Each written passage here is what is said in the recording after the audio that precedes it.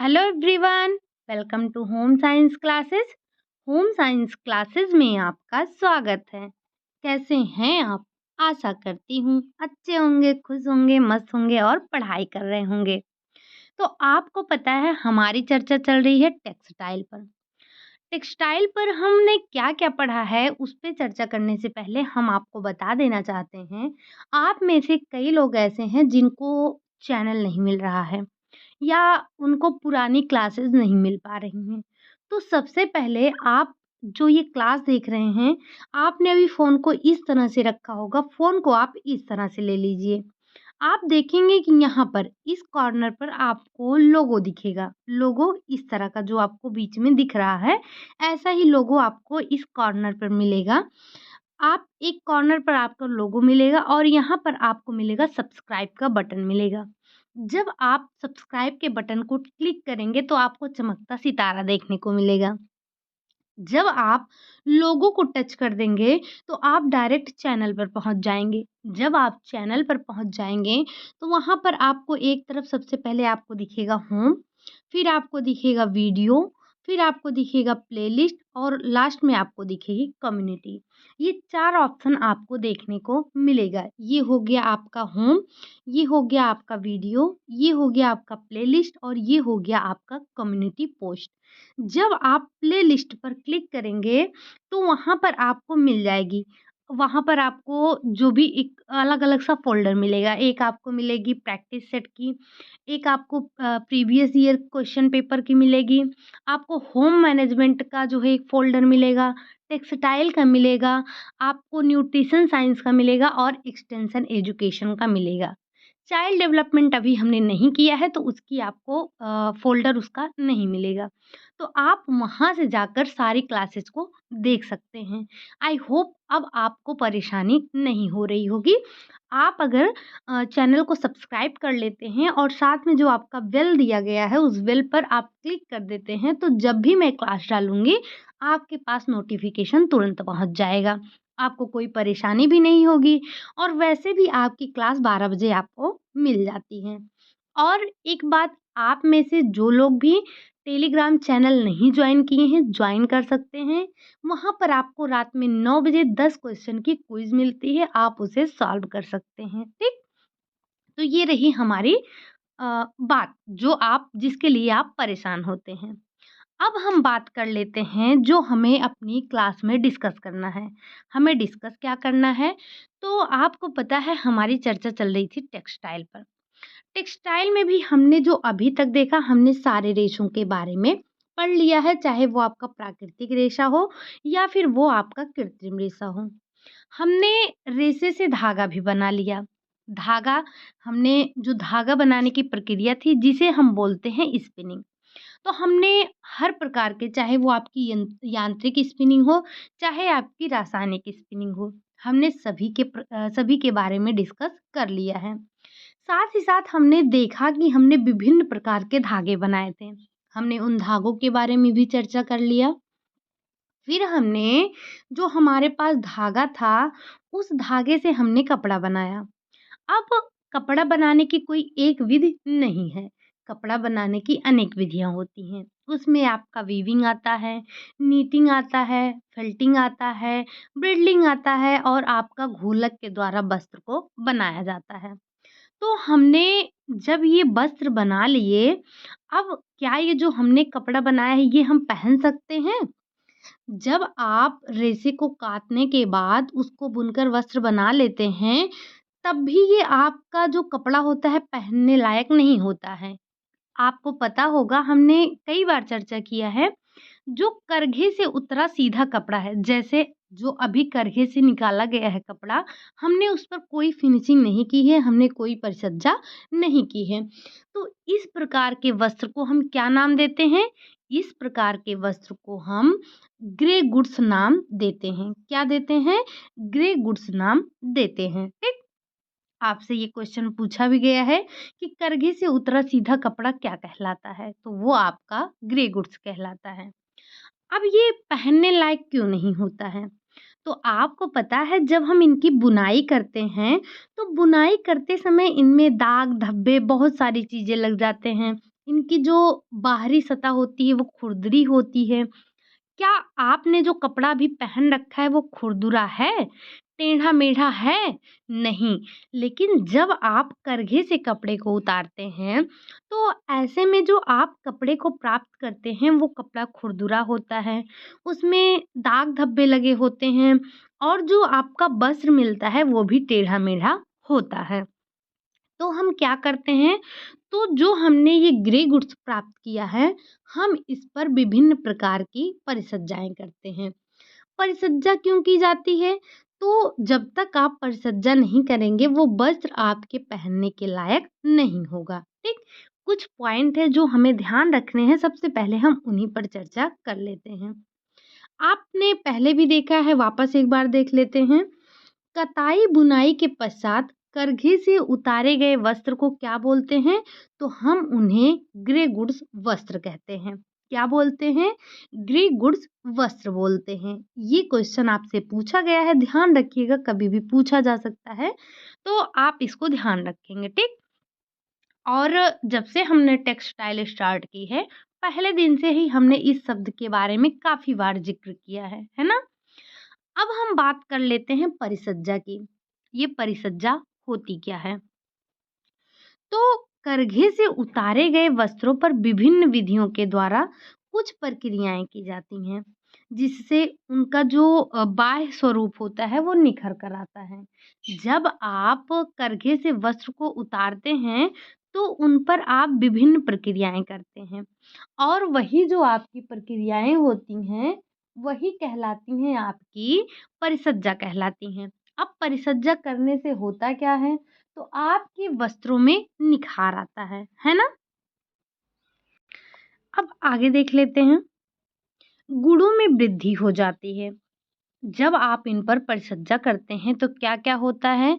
इनके जो बाह्य स्वरूप होते हैं उनमें निखार आ जाता है, गुणों में वृद्धि हो जाती है, स्पर्श करने पर चिकने, चमकदार, कोमल हो जाते हैं, उनकी कार्य क्षमता में भी वृद्धि हो जाती है।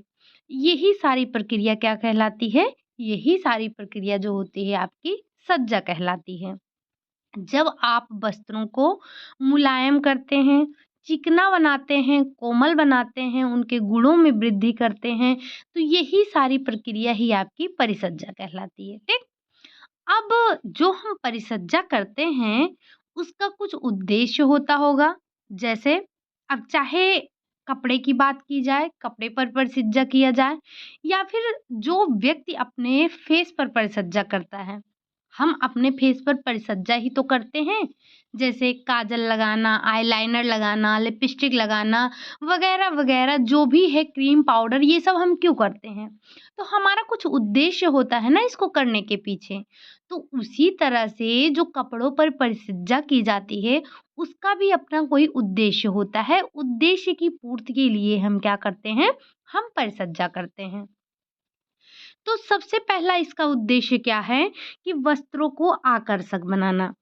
हम जब वस्त्रों की बुनाई करते हैं, कताई और बुनाई करते हैं, तो उस समय जो होता है हमारा वस्त्र उस पे तेल लग जाता है, चिकनाई के दाग धब्बे लग जाते हैं, तो वस्त्र देखने पर अच्छा नहीं लगता है। उसमें बहुत सारे धूल जम जाते हैं, तो उनकी साफ-सफाई करना, हम उन पर उनकी जो साफ-सफाई करने के लिए, उनकी गंदगी दूर करने के लिए ब्लीच वगैरह करते हैं, तो ये सारी आपकी परिसज्जा होती हैं। अब जब हम इन सबको धूल-मिट्टी हटाएँगे, तभी तो वो देखने में आकर्षक लगेगा।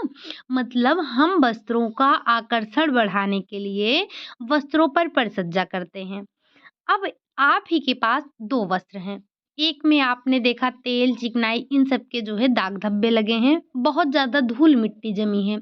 और वहीं दूसरा वस्त्र आपके पास है, जिसको हमने क्या किया है, जिसको हमने धुल दिया है, हमने ब्लीच कर दिया है, हमने उस पर इस्त्री कर दिया है, अगर कॉटन है तो माड़ लगा दिया है। ये सारी परिसज्जाएँ हमने कर दी हैं। तो देखने में कौन-सा वस्त्र आपको अच्छा लगेगा? जो चिकनाई युक्त है, जिस पर दाग धब्बे लगे हैं या फिर जिस पे हमने परिसज्जा कर दी है? तो ज़ाहिर-सी बात है कि देखने में आपको वही अच्छा लगेगा, जिस पर आपने परिसज्जा किया है। परिसज्जा क्या? तो परिसज्जा में आपका जो आप ब्लीच करते हैं, जो आप उसको धुलाई करते हैं, जो आप उस पर ग्लेज़िंग करते हैं, जो आप मोयरिंग करते हैं, ये विभिन्न प्रकार की परिसज्जाएँ होती हैं, उनके बारे में भी हम अभी डिस्कस करने वाले हैं। तो सबसे पहले हमने जो इसके उद्देश्य को देखा, परिसज्जा करने का उद्देश्य देखा, क्या था हमारा? कि वस्त्रों का आकर्षक बनाना, वस्त्रों को आकर्षक बनाने के लिए हम परिसज्जा करते हैं, ठीक? दूसरा क्या है? दूसरा इसका जो उद्देश्य है, वो है वस्त्रों की उपयोगिता में वृद्धि करना। वस्त्रों पर की जाने वाली परिसज्जा जो होती है, उससे क्या होते हैं? उससे हमारे वस्त्रों में ताजगी आ जाती है, कड़ापन आ जाता है। लेकिन जो हमारे वस्त्र होते हैं, आप एक ही वस्त्र का प्रयोग कई कामों में करते हैं। जब आप इनका उपयोग कई कामों में करते हैं, तो इससे इनकी क्या होती है? इससे इनकी उपयोगिता में भी वृद्धि हो जाती है। जैसे जैसे मानते हैं एक कपड़ा है आपका, उस पर आपने परिसज्जा की, कौन-सी? जल अभेद वाली, अग्नि अवरोध वाली, सिलवट अवरोध वाली, ये सारी आपने जब परिसज्जाएँ कर दी तो क्या हुआ? उसकी उपयोगिता में तो वृद्धि आई ना। तो हम वस्त्रों की उपयोगिता में वृद्धि लाने के लिए भी क्या करते हैं? उपयोगिता में भी हम वृद्धि लाने के लिए परिसज्जा करते हैं। दूसरा उद्देश्य हमारा क्या था? दूसरा उद्देश्य था हमारा कि वस्त्रों की उपयोगिता को बढ़ाना। अब तीसरा क्या है? तो वस्त्रों में विभिन्नता उत्पन्न करना। विभिन्न रेशे से बने धागे से जो बुनाई की प्रक्रिया की जाती है, तो उसमें देखने पर सभी वस्त्र एक जैसे दिखाई देते हैं। इसलिए उसमें हम क्या करते हैं? इसलिए हम उसमें जो है परिसज्जा करते हैं और वस्त्रों को हम रंग-बिरंगा बनाते हैं। उस पे तरह-तरह के नमूने बनाते हैं, डिज़ाइन बनाते हैं और जो ये नमूने डिज़ाइन बनाते हैं, इससे व्यक्ति आकर्षित होता है। तो हम क्या करते हैं? हम विभिन्न प्रकार की परिसज्जाओं के द्वारा अपने वस्त्रों में विभिन्नता लाते हैं, ठीक? अब ये तो रहा हमारा तीसरा उद्देश्य। अब हम बात करते हैं अगले उद्देश्य की। अगला उद्देश्य क्या होता है? तो अगला उद्देश्य होता है आपका वस्त्र का वज़न बढ़ाना व कड़ा करना। जैसे आपने पढ़ा था किसमें? तो जब आपने पढ़ा था रेशम के बारे में, तो आपने उसके गोंद को हटाने के लिए डिगमिंग प्रोसेस किया था और वहाँ पर आपके जो वस्त्र थे, उनका वज़न काफ़ी कम हो रहा था। अब आप कमेंट करके बताइए कि लगभग कितना प्रतिशत उनका वज़न घट जाता है डिगमिंग प्रोसेस में? तो जो आप डिगमिंग प्रोसेस करते हैं, तो ऐसे में आपके वस्त्रों का वज़न घट जाता है। तो हम करते क्या हैं? तो हम वस्त्रों को जो है उनमें वज़न बढ़ाने के लिए, कड़ा करने के लिए उन पर परिसज्जाएँ करते हैं। जैसे आपका रेशम के बारे में आपने पढ़ ही लिया, तो रेशम का वज़न घट जाता है तो हम उनमें क्या करते हैं, उनके वज़न को बढ़ाने के लिए वेटिंग प्रोसेस करते हैं। क्या करते हैं? वेटिंग प्रोसेस करते हैं। तो ये जो आपके वस्त्र होते हैं, इनका जब हम इन पर परिसज्जाएँ कर देते हैं, जैसे इनका वज़न बढ़ा देते हैं, कड़ापन ला देते हैं, तो इनमें विविधता आ जाती है, इनकी कार्यक्षमता में भी वृद्धि आ जाती है, ये हमारी उपयोगिता को बढ़ा देते हैं, ठीक? अगला है वस्त्र की कार्यक्षमता और गुणात्मकता में वृद्धि लाना। हमारी परिसज्जा का उद्देश्य क्या होता है कि वस्त्रों की कार्यक्षमता और उनकी गुणात्मकता में वृद्धि करना। ये ये उद्देश्य होता है ये उद्देश्य होता है आपके वस्त्रों में परिसज्जा लाने का, ठीक? तो जैसे जैसे आपका जो फायरमैन का वस्त्र होता है वो अग्निरोधक होता है।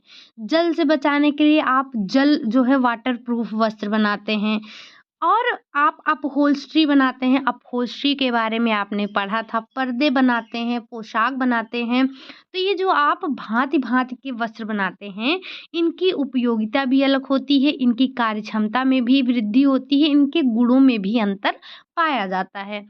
क्या जो हम नॉर्मल कपड़े पहनते हैं और जो आपका एक फायरमैन कपड़ा पहनता है, वो दोनों कपड़े एक समान होते हैं? या जो आपका पर्दा बनता है जिस कपड़े से या जिससे आपका अपहोल्स्ट्री बनता है, क्या वो दोनों एक होते हैं? नहीं, हम उस पर परिसज्जाएँ करके उसको अलग बनाते हैं, उसके गुणों में अंतर लाते हैं, उसकी कार्यक्षमता में भी अंतर लाते हैं। अगला है आपका वस्त्र का रख-रखाव सरल करना। जब आप वस्त्र की सफाई, धुलाई और उनके अधिक जो रख-रखाव होता है, उसमें समय और शक्ति बहुत व्यय होता है। तो हम ऐसी परिचर्या करते हैं जिससे व्यक्ति का समय कम लगे, उसको उसका श्रम कम लगे और उसका रख-रखाव भी आसान हो। आपको पता है इस भाग-दौड़ की ज़िंदगी में इतना समय नहीं है कि आप जो है वस्त्रों की देखभाल बहुत टाइम मतलब बहुत समय दें उसकी देखभाल के लिए। हमारे पास समय का बहुत अभाव है। हमें ऐसे कपड़ों की आवश्यकता है, हमें ऐसे वस्त्रों की आवश्यकता है जिसका रख-रखाव आसान हो, जिसे हमें धोना पहनना आसान हो, जिसे हम धोएँ और आसानी से धुल दें, उसको पहन लें, उसमें सिकुड़न ना आए, हमें बार-बार उसको इस्त्री करने की आवश्यकता ना हो। तो ये विभिन्न प्रकार की जो परिचर्याएँ की जाती हैं, इससे हम जो है अपने वस्त्रों का रख-रखाव आसान बना सकते हैं। इनको आसानी से हम रख सकते हैं, धुल सकते हैं। अब आप जो कपड़े लेते हैं, घर पे हमेशा पहनते हैं, अगर आप प्योर कॉटन के कपड़े पहनेंगे तो आपको इन्हें बार-बार प्रेस करना पड़ेगा मतलब कि इस्त्री करना पड़ेगा। अब हमारे पास इतना समय नहीं है, आपको पता है कि ये जो आज की ज़िंदगी हो गई है हमारी, ये भाग-दौड़ की ज़िंदगी हो गई है। इंसान को खाने तक की समय नहीं है। खाना, सोना मतलब इतनी भाग-दौड़ है, ऐसे में हमें कुछ ऐसे कपड़े होने चाहिए हमारे पास जिनके लिए हमें कपड़ों के लिए समय ना निकालना पड़े। मतलब उनको प्रेस करना, उनको अलग से धुलाई करना, तो इन सब में हमारा बहुत समय जाता है। तो जो हम ये परिचर्याएँ करते हैं इससे हमारे समय की भी बचत होती है। हम अपने समय को बचाने के लिए भी क्या करते हैं, हम अपने समय को बचाने के लिए भी विभिन्न प्रकार की परिचर्याएँ करते हैं। तो ये सारे जो थे हमारे क्या थे उद्देश्य थे। क्या थे? ये हमारे परिचर्या करने के उद्देश्य थे कि हम परिचर्या क्यों करते हैं? परिचर्या क्यों करते हैं? तो वस्त्रों को आकर्षक बनाने के लिए, वस्त्रों की उपयोगिता में वृद्धि लाने के लिए, वस्त्र में विभिन्नता उत्पन्न करने के लिए। आपने देखा विभिन्नता किस तरह से आप उत्पन्न कर सकते हैं, चाहे वो रंगाई के द्वारा कर रहे हों, चाहे आप उसको कढ़ाई, बुनाई कुछ भी कर रहे हैं, नमूने बना रहे हैं, तो ये सारी आपके वस्त्रों में विभिन्नता लाती हैं। वस्त्र के वजन को बढ़ाना और उसमें कड़ापन लाना ये भी आपकी परिचर्या ही होती है। वस्त्रों की कार्य क्षमता और उनकी गुणात्मकता में वृद्धि करना ये भी हमारा उद्देश्य होता है परिचर्या करने का। साथ ही साथ हम वस्त्रों के रख-रखाव को सरल बनाने के लिए, आसान बनाने के लिए क्या करते हैं? परिचर्या करते हैं। तो ये सारे उद्देश्य होते हैं हमारे परिचर्या करने के, ठीक? अब आगे हम देख लेते हैं कुछ आवश्यक परिचर्याएँ सभी प्रकार के वस्त्रों पर की जाती हैं।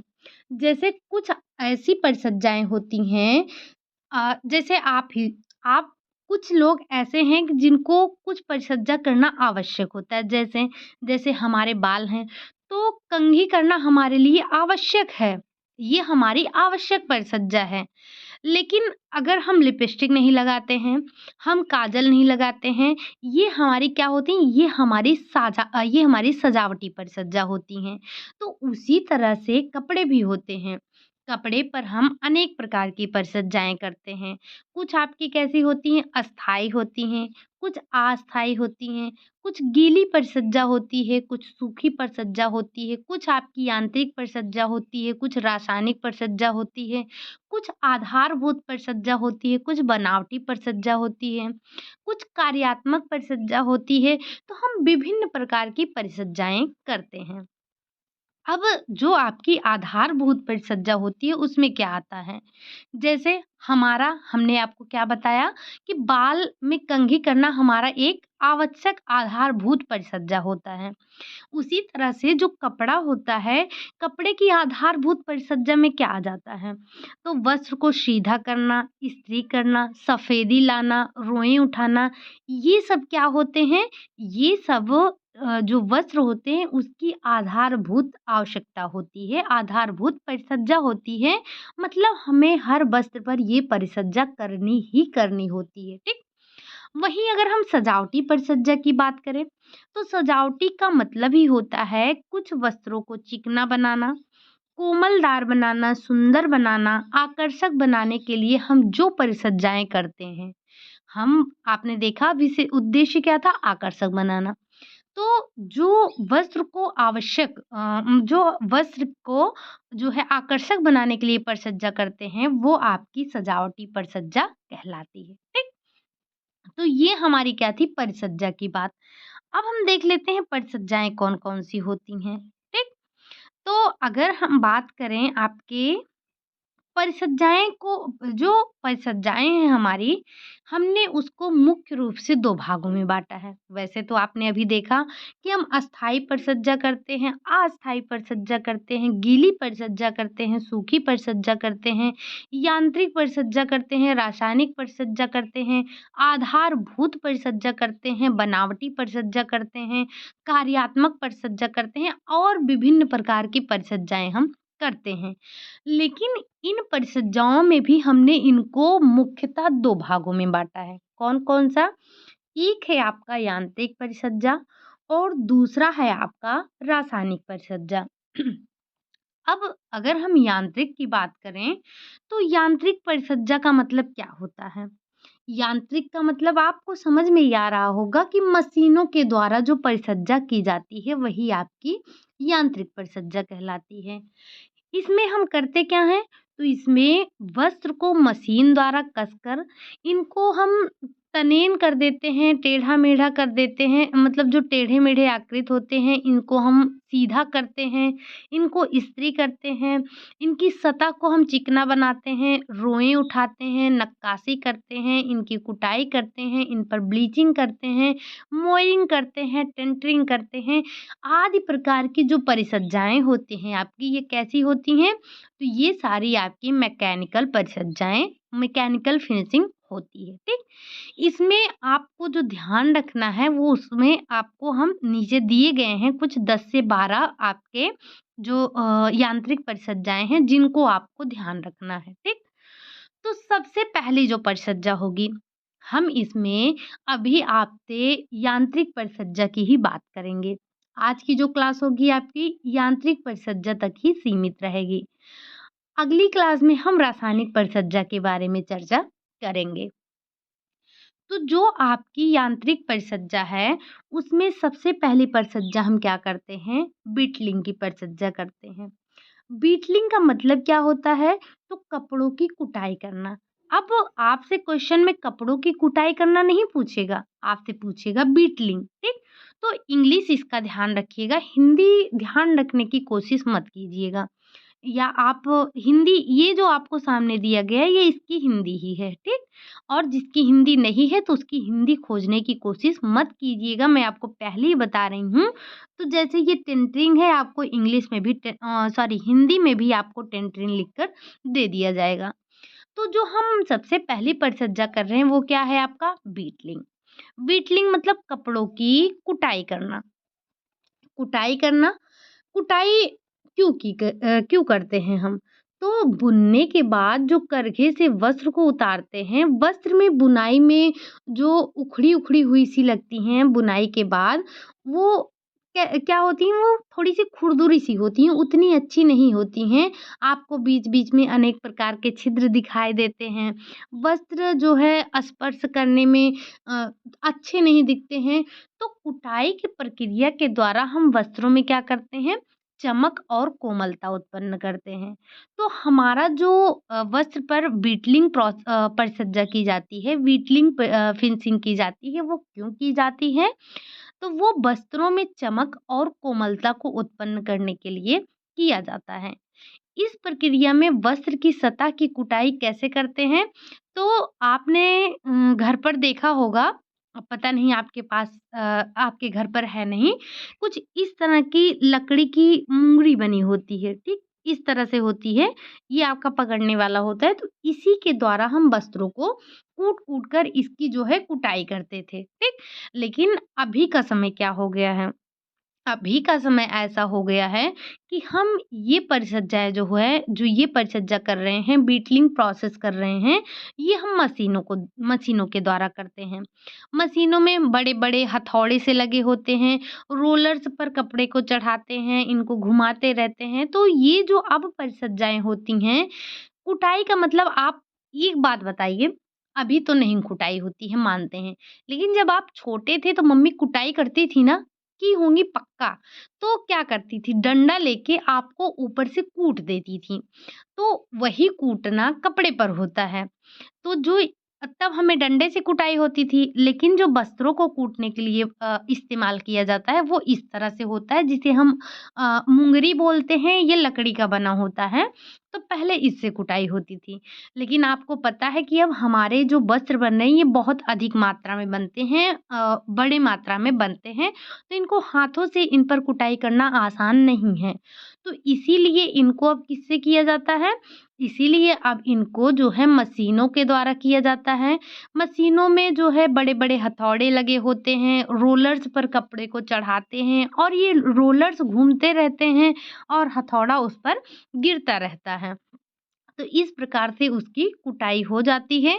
कुटाई होने के बाद पीटने की क्रिया से गोल रेशे और जो धागे होते हैं वो चपटे हो जाते हैं। इससे वस्त्र में क्या आ जाती है? चमक आ जाती है, वस्त्र हमारे कोमल हो जाते हैं। ठीक? ये तो रही हमारी पहली फिनिशिंग कौन-सी? बेटलिंग की। अब जो दूसरी फिनिशिंग करते हैं हम, वो क्या होती है? वो होती है ब्रशिंग की और शेयरिंग की। ब्रशिंग मतलब ब्रुश करना और रोएं काटना। शेयरिंग आपने पढ़ा था किसमें? जब आपने ऊन के मतलब भेड़ भेड़ के शरीर से बाल उतारे थे, तो उसमें आपने शेयरिंग प्रोसेस पढ़ा था, ठीक? इस परिचर्या के लिए मशीन में 2 ब्रुश लगे हुए रोलर्स लगे होते हैं। अब हमारा हर काम किससे होता है? तो मशीन से होता है। हम हाथों से अब कोई परिचर्या नहीं करते हैं। अब जो ये हमारे रोलर्स लगे होते हैं, रोलर्स को वस्त्रों की सहायता से इनमें रोएँ उठाने के लिए हम कार्य करते हैं। वस्त्र जब इन रोलरों के माध्यम से गुजरता है तो इनकी दोनों सतह पर क्या होते हैं? रोएँ उठ जाते हैं। मतलब हमारा काम होता है कि जो हम ये आपके कपड़े हैं उनमें हम क्या करें? उनमें हम ब्रशिंग करें और रोएँ उठाएँ। अब फैलाने से जो मतलब जो मशीन के सिर पर लगे जो चाकू होते हैं, इसके धागों को छोटे-छोटे सिरों से काटते जाते हैं, जिससे जो वस्त्र की सतह होती है, वो क्या होती है? वो चिकनी हो जाती है। फैलाने से वस्त्र क्या होता है? इसी विधि से बनाए जाते हैं। जो फला लेन के कपड़े होते हैं, ऐसे ही बनाते हैं, ठीक? इनकी जो है बुनाई और रचना में जो भी दोष होते हैं, इनसे आपके ठीक हो जाते हैं। कहने का मतलब जो हम फिनिशिंग करते हैं ना, वो दोषों को छुपाने के लिए भी करते हैं, ठीक? जैसे अगर किसी का मेकअप हो रहा है, मतलब कोई दुल्हन है, अगर उसका मेकअप किया जा रहा है, तो आपने देखा होगा अगर उसके होंठ थोड़े से टेढ़े हैं, तो उसको लिपस्टिक के आधार मतलब लिपस्टिक के द्वारा उसके होठों को हम आकार देते हैं।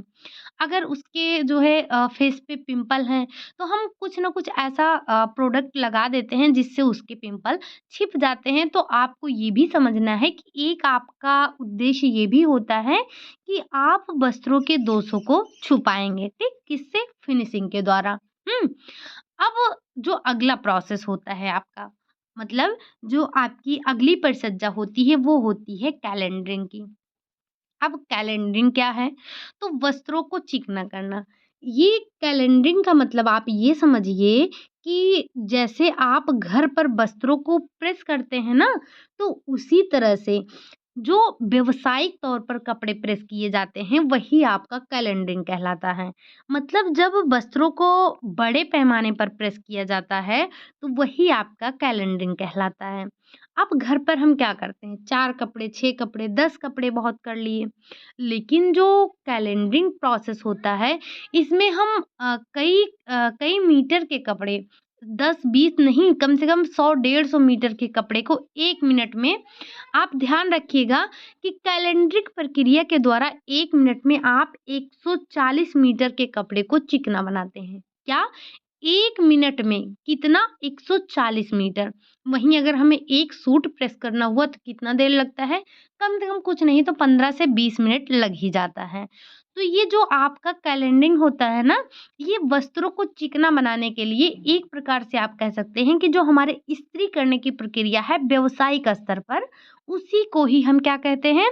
उसी को ही हम कैलेंडरिंग बोलते हैं, ठीक। अब अगला जो आपका आता है, अगला जो हम फिनिशिंग करते हैं वो है आपका नैपिंग। नैपिंग का मतलब क्या होता है? तो रोएं उठाना। जब आप नैपिंग प्रक्रिया करते हैं तो इस प्रक्रिया के द्वारा परिसज्जा करने के लिए वस्त्र को आपस में घूमते हुए जो वर्तुलाकार रोलर्स होते हैं उनसे हम गुजारते हैं। यहाँ पर हमने आपको बताया हर काम यहाँ पर किससे किया जाएगा? मशीन से किया जाएगा, क्योंकि आप बात ही कर रहे हैं यांत्रिक परिसज्जा की। तो ऐसे में जो नैपिंग होता है वो क्या होता है? वो वस्त्रों में रोएं उठाने का कार्य करता है, ठीक? तो आप क्या करते हैं, जब इन रोलरों के बीच से आपका कपड़ा गुजरता है तो तब ये तार वस्त्र के तंतुओं को खींचकर उठा देते हैं। इसमें तार लगे होते हैं, तो ये तार क्या करते हैं, वस्त्रों को उठा देते हैं और इससे वस्त्रों में क्या होते हैं, रोएं आ जाते हैं, ठीक। अब जो रोएं उठाने से क्या होता है, तो जब आप जिस वस्त्र में रोएं उठे होते हैं तो उसको जब आप छुएंगे तो वो कैसा होगा? तो वो आपका कोमल होगा, आरामदायक कपड़ा होगा। जिन वस्त्रों पर रोएं उठाए गए होंगे, नैपिंग का प्रोसेस हुआ होगा, वो कपड़े कैसे होते हैं? तो वो कपड़े आपके छूने पर बहुत ही आरामदायक होते हैं, ठीक। अगली जो हमारी प्रोसेस की जाती है वो की जाती है टेंडरिंग की। आपको ध्यान क्या रखना है, बस परिसज्जाओं के नाम ध्यान रखे हैं। अब टेंटरिंग में क्या करते हैं हम? तो जो आपका टेंटरिंग होता है, वस्त्र अपनी विभिन्न निर्माण की प्रक्रियाओं में खिंचाव के कारण ये क्या हो जाता है? टेढ़ा-मेढ़ा, बेडौल सा हो जाता है। इसकी लंबाई और चौड़ाई को वांछित मतलब अपनी इच्छा के अनुसार हम इसकी लंबाई और चौड़ाई को रख सकें, इसके लिए जो आप प्रोसेस करते हैं वो होता है टेंटरिंग। टेंडरिंग परिसज्जा क्यों की जाती है? तो वस्त्रों की जो उसकी टेढ़ी-मेढ़ी सतह हो जाती है, उसको आप सीधा करने के लिए वांछित मतलब अपनी इच्छा अनुसार लंबाई चौड़ाई करने के लिए आप उस पर टेंटरिंग प्रोसेस करते हैं, ठीक?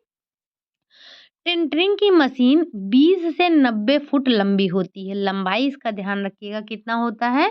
तो 20 से 90 फुट तक का होता है, ठीक? ये आपके जो भी काम होते हैं ना, ये बड़े-बड़े मशीनों पर किए जाते हैं। ये हमारे हाथों से किए जाने वाले कार्य नहीं होते हैं। वस्त्र का आकार ठीक से हो, उनका रूप ठीक से हो, दोनों तरफ से कपड़े अच्छे हों, इसीलिए हम क्या करते हैं, इसीलिए हम जो है टेंटरिंग प्रोसेस करते हैं। जब आप करघे से कपड़ा उतारते हैं तो कपड़ा आपका कुछ ऐसा हो सकता है, या मान लेते हैं कुछ ऐसा टेढ़ा-मेढ़ा हो सकता है, तो हमें इसको ऐसे बनाना है ना, तो इसको हमें सीधा बनाने के लिए हम क्या करते हैं, टेंटरिंग प्रोसेस करते हैं। वहीं आपसे अगर अगले प्रोसेस की बात की जाए तो क्या होता है, स्टिफनिंग एंड फिलिंग। स्टिफनिंग मतलब कड़ा करना और फिलिंग का मतलब होता है भरना। भरना आपने फिलिंग के बारे में पहले सुना है। तो ये परिसज्जा जो होती है, ये जो आपकी रचना होती है ना, रचना संबंधी दोषों को छुपाने के लिए मतलब फिलिंग है, तो उसके जो छिद्र हो जाते हैं, छिद्र को बंद करने के लिए, वस्त्रों को कड़ा करने के लिए, ये सारी परिसज्जाएँ की जाती हैं। तो वस्त्रों को कड़ा करने के लिए और उनको क्या करने के लिए, उनको जो है आप उनके जो छेद वगैरह हैं, जब आप वस्त्रों को बनाते हैं तो उसमें छेद भी हो जाते हैं। तो इन सभी दोषों को छुपाने के लिए हम क्या करते हैं, तो इन सभी दोषों को छिपाने के लिए हम उसमें कड़ा करते हैं, उसकी भराई करते हैं। अब कड़ापन और ताज़गी देने के लिए आप कर क्या सकते हैं, तो इसके लिए आप गोंद हो गया, चीनी हो गया, मिट्टी हो गया, माड़ हो गया, मैग्नीशियम सल्फेट हो गया, या फिर आपका मैग्नीशियम क्लोराइड हो गया, इन सभी चीज़ों का आप उपयोग कर सकते हैं। इसके साथ-साथ आप वस्त्रों पर ताज़गी, चिकनापन, चमक लाने का भी कार्य करते हैं। अब इन पर हम चिकनापन और ताज़गी लाने के लिए क्या करते हैं, तो इसके लिए हम तेल हो गया, पैराफ़िन हो गया, ग्लिसरीन हो गया, मोम हो गया, इन सभी को हम क्या करते हैं, इन सभी को हम उपयोग में लाते हैं। तो इनको क्या करते हैं, इनको हम हौज़ों में डुबोएँगे। हौज़ों में डुबोने के लिए मतलब जो आपका ये घोल होता है, इन सभी के लिए हम हौज़ तैयार करते हैं और हौज़ों में इनको भिगोकर फिर मशीनों के द्वारा रोलरों के बीच से निकाल इनकी हम परिचर्या करते हैं, ठीक? अब जो हमारी अगली परिचर्या है वो क्या है? सिरेइंग है। अब ये सिरेइंग क्या होता है? ये सिरेइंग कौन-सी परिचर्या होती है? तो ये वस्त्र पर चमक लाने के लिए हम परिचर्या करते हैं। इससे वस्त्र पर अत्यधिक चमक आ जाती है। जैसे आपका टेफ्टा हो गया, रेयॉन हो गया, इन सभी को जो है इन सभी पर अत्यधिक चमक देने के लिए हमें इसकी आवश्यकता पड़ती है, किसकी? सिरेइंग की। इस जो मतलब जो आपकी सिरेइंग क्रिया है, इसमें हम गर्म कैलेंडरिंग से सहायता लेते हैं और इस प्रक्रिया के बाद जो वस्तु है जो आपका वस्त्र है, इसकी सतह धातु की तरह आपकी चमकने लगती है, मतलब बिल्कुल चमक सी दिखाई देने लगती है। तो जो आपकी सिरेइंग प्रक्रिया है, इसकी जो हम ये परिचर्या करते हैं, सिरेइंग परिचर्या करते हैं, तो इसका मुख्य उद्देश्य होता है आपका वस्त्रों में चमक लाना, ठीक? अगला है आपका श्रीनराइजिंग। अब ये श्रीनराइजिंग कौन-सी परिचर्या है? तो जो ये विधि भी आपके सस्ते दाम के वस्त्रों पर चमक लाने के लिए हम करते हैं। जैसे जैसे जो आपके महँगे वस्त्र हैं, अगर बात करें रेशम की तो उसमें चमक होती है। लेकिन जब हम सस्ते वस्त्रों पर महँगे कपड़ों जैसा चमक लाने की जो प्रक्रिया करते हैं, वो आपका होता है श्रीनराइजिंग। तो इससे क्या होता है? इससे जो हमारे सस्ते कपड़े हैं, उन पर हम चमक लाते हैं, जिससे जो हमारे ग्राहक होते हैं, जैसे जो हम जैसे ग्राहक होते हैं, वो उसकी चमक को देखकर लुभावने हो जाते हैं और वस्त्र को खरीद लेते हैं। लोहे पर बारीकी तिरछे रेखियाँ जो है इस पर खोदी जाती हैं। अत्यधिक दबाव से इन पर जो है उभार लाया जाता है। इन पर जो है विभिन्न प्रकार की जो है प्रक्रियाएँ करते हैं, जिससे जो हमारे वस्त्र हैं उनमें चमक आ जाए, वो देखने में और भी आकर्षक लगने लगें, जिससे हम देखते ही उनको खरीद लें, ठीक? तो ये होता है हमारा अ, आपका जो प्रोसेस होता है श्रीनराइजिंग का, ठीक? अगला आपका जो प्रक्रिया होती है, वो होती है वेटिंग की। वेटिंग का मतलब क्या होता है? वेटिंग का मतलब होता है वज़न बढ़ाना। आपने पढ़ा है कहाँ पर? रेशम में। तो जब कभी-कभी ऐसे वस्त्र होते हैं जो आप उनके वज़न को जब प्रक्रियाएँ करते हैं तो उनके वज़न में कमी आती है। इसको हमें ज़्यादा समझाने की ज़रूरत नहीं है। आपने देखा है जो रेशम था जब हमने उसका गोंद हटाया था, हमने डिगमिंग प्रोसेस किया था, तो ऐसे में उसके वज़न में 25 से 30% की कमी आ गई थी। तो उसकी कमी को पूरा करने के लिए हमने क्या किया था? तो हमने वेटिंग प्रोसेस किया था। उसी तरह से आपके और भी वस्त्र होते हैं जिन पर हमें वेटिंग की प्रक्रिया करनी होती है, ठीक? अब ये तो थी हमारी वेटिंग प्रोसेस। अगला जो हमारा प्रोसेस है वो है क्रेपिंग। क्रेपिंग का मतलब क्या होता है? तो क्रेपिंग का मतलब होता है आपका चुन्नट डालना। क्या होता है? चुन्नट डालना। ये कार्य जो आप करते हैं चुन्नट डालने का, ये कार्य आप यांत्रिक या रासायनिक प्रक्रिया के द्वारा कर सकते हैं। अब यांत्रिक प्रक्रिया में क्या करते हैं? तो यांत्रिक प्रक्रिया में वस्त्र को 2 गर्म रोलरों के माध्यम से गुजारते हैं और इसमें जब आप रोलर को नियमित माध्यम से गुजारते हैं तो इसमें सिकुड़न पड़ती है और ये प्रभाव अधिक टिकाऊ नहीं होता है। लेकिन रासायनिक विधि से बनाई गई जो आपकी क्रेप होती है, जो आपकी चुन्नट होती है, वो आपकी अस्थायी होती है, ठीक? आप बना सकते हैं रासायनिक से भी और यांत्रिक से भी। लेकिन ध्यान रहे कि जो आप ये यांत्रिक विधि से बनाते हैं चुन्नट, वो ज़्यादा अस्थायी नहीं होता है। लेकिन वहीं अगर आप इसे रासायनिक विधि से करते हैं, तो ये आपका अस्थायी होता है, ये आपका टिकाऊ होता है। इसमें सिकुड़न इस विधि में जब आप सिकुड़न देते हैं, तो इसमें कास्टिक सोडे का उपयोग करते हैं। जैसे आप रेशमी वस्त्रों पर इनकी जो सांद्र सल्फ्यूरिक एसिड होता है, इनसे आप उपयोग करके इनमें चुन्नट डालने का कार्य करते हैं। तो बेसिकली आपको समझना ये है कि हमारे क्रेपिंग का मतलब क्या होता है? चुन्नट डालना। आप ये कार्य करते हैं कपड़ों पर चुन्नट डालने के लिए, ठीक? अब जो आपकी अगली परिसज्जा है वो है आपकी एम्बॉसिंग। एम्बॉसिंग मतलब क्या होता है? तो नक्काशी करना या फिर उस पर चित्रकारी करना। इस प्रक्रिया में आप क्या करते हैं, वस्त्रों पर डिज़ाइन बनाते हैं। अब आप आगे पढ़ेंगे, जब छपाई पढ़ेंगे, आप जब रंगाई पढ़ेंगे, छपाई पढ़ेंगे तो इसके बारे में पढ़ेंगे कि आप इन पर छपाई करते हैं। छपाई मतलब नमूने बनाते हैं, कुछ उभरे नमूने होते हैं, कुछ दबे नमूने होते हैं। तो विभिन्न प्रकार के नमूने इस पर बनाए जाते हैं, किससे? तो ये मशीनों के द्वारा हम विभिन्न प्रकार के डिज़ाइन इस पर बनाते हैं और यही जो डिज़ाइन बनाते हैं यही आपका एम्बॉसिंग कहलाता है, ठीक? अब अगला जो प्रोसेस करते हैं हम, जो अगली परिसज्जा देते हैं वो आपका होता है सेन्फोराइज़िंग। सेन्फोराइज़िंग का मतलब क्या होता है? सिकुड़ने से रोकना। सेन्फोराइज़िंग बेसिकली एक आपका व्यापारिक चिन्ह होता है। जैसे जैसे आपका एगमार्क हो गया, जैसे आपका आईएसआई हो गया। तो ये क्या होता है, सेन्फोराइज़िंग भी एक व्यापारिक चिन्ह होता है। अगर किसी पर सेन्फोराइज़िंग का छाप छोड़ा गया है, सेन्फोराइज़िंग की प्रक्रिया की गई है, तो इसका मतलब ये हो जाता है कि ये जो वस्त्र है ये आपका सिकुड़ेगा नहीं। तो सेन्फोराइज़िंग क्या बताता है आपको? सेन्फोराइज़िंग आपका एक व्यापारिक चिन्ह होता है, जो हमें ये बताता है कि जिस पर सेन्फोराइज़िंग का ठप्पा लगा है, वो आपका वस्त्र सिकुड़ेगा नहीं, ठीक? जब वस्त्र बनकर तैयार होता है, तो उसको कोई स्थिर आकर्षक में नहीं होती है, आपने देखा। तो हम उस पर क्या करते हैं, परिसज्जा करते हैं। तो वस्त्र पर कैलेंडरिंग की जाती है। इससे क्या होता है, वो उसकी जो सतह होती है चिकनी हो जाती है। हम प्रेस क्यों करते हैं? तो प्रेस करना भी कैलेंडरिंग होता है। तो उसी तरह से एक परिसज्जा आप क्या करते हैं, सेन्फोराइज़िंग। सेन्फोराइज़िंग सेन्फोराइज़िंग प्रक्रिया के लिए जिस मशीन को आप उपयोग में लाते हैं, उसमें वाष्प द्वारा गर्म रोलर्स लगे होते हैं।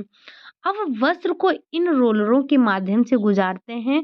रोलर में जब ये गुजरते हैं तो इसमें कंबल लगे होते हैं, तो ये कंबलों के बीच से ही गुजरते हैं।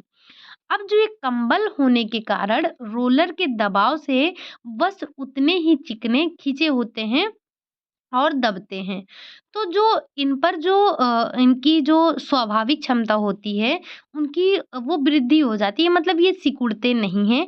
बस आपको सेन्फोराइज़िंग का मतलब इतना समझना है कि ये एक व्यापारिक चिन्ह है और जिस पर ये लगा है इसका मतलब ये है कि ये वस्त्र आपका सिकुड़न नहीं आएगा, सिकुड़ेगा नहीं, ठीक? अब अगली जो हम परिचर्या करते हैं वो करते हैं ग्लेज़िंग की। अब ग्लेज़िंग क्या है? तो ग्लेज़िंग का मतलब होता है वस्त्र की सतह को अधिक चमकदार बनाना। बस इसमें पॉइंट यही ध्यान रखना है कि ग्लेज़िंग में क्या करते हैं, तो वस्त्र की सतह को आप अधिक चिकना बनाते हैं, ठीक? वस्त्रों की सतह को अधिक चिकना बनाने के लिए हम ग्लेज़िंग प्रोसेस करते हैं। इस परिचर्या में ग्लेज़िंग करने के लिए पहले वस्त्र को साइज़िंग कर दिया जाता है। साइज़िंग के लिए आप क्या करते हैं? साइज़िंग के लिए आप मार देते हैं, गोंद लगाते हैं और क्या करते हैं, तो इस पर अन्य प्रकार के रासायनिक पदार्थ लगाते हैं। आप ग्लेज़िंग करने का क्या मतलब हो गया कि वस्त्रों को हम अत्यधिक चिकना बना रहे हैं, बस हमें यही इतना ध्यान रखना है। अब जो आपका अगला प्रोसेस है और ये आपका जो यांत्रिक प्रोसेस करते हैं, जो यांत्रिक फिनिशिंग करते हैं, वो आपकी लास्ट फिनिशिंग है। क्या है? मोयरिंग। अब मोयरिंग का मतलब क्या होता है? तो वस्त्रों पर जो नमूने अंकित किए जाते हैं, वो पानी की लहरों के समान दिखाई देते हैं। तो जो आपके वस्त्रों पर नमूने बनाए जाते हैं, वो पानी की लहरों के समान जो आपको दिखाई देते हैं, वही आपकी मोयरिंग कहलाती है। ठीक? तो मोयरिंग परिचर्या क्या है? तो आपको ये समझना है कि कपड़ों पर पानी की लहरों के समान नमूने बनाना ही आपका क्या कहलाता है? मोयरिंग कहलाता है। इसके बाद इन पर सूक्ष्म बारीक रेखाएँ बनाई जाती हैं। इन पर प्रकाश की किरणें बिंबित होने पर वस्त्र पर एक अलग ही चमक दिखाई देती है। जब हमने इस पर पानी की लहरों के समान नमूने बनाए हैं और इन पर जब प्रकाश पड़ता है ना, तो ये देखने में इनकी चमक ही अनोखी होती है, बहुत ही अच्छे लगते हैं ये वस्त्र देखने में, ठीक? तो आपको क्या ध्यान रखना है?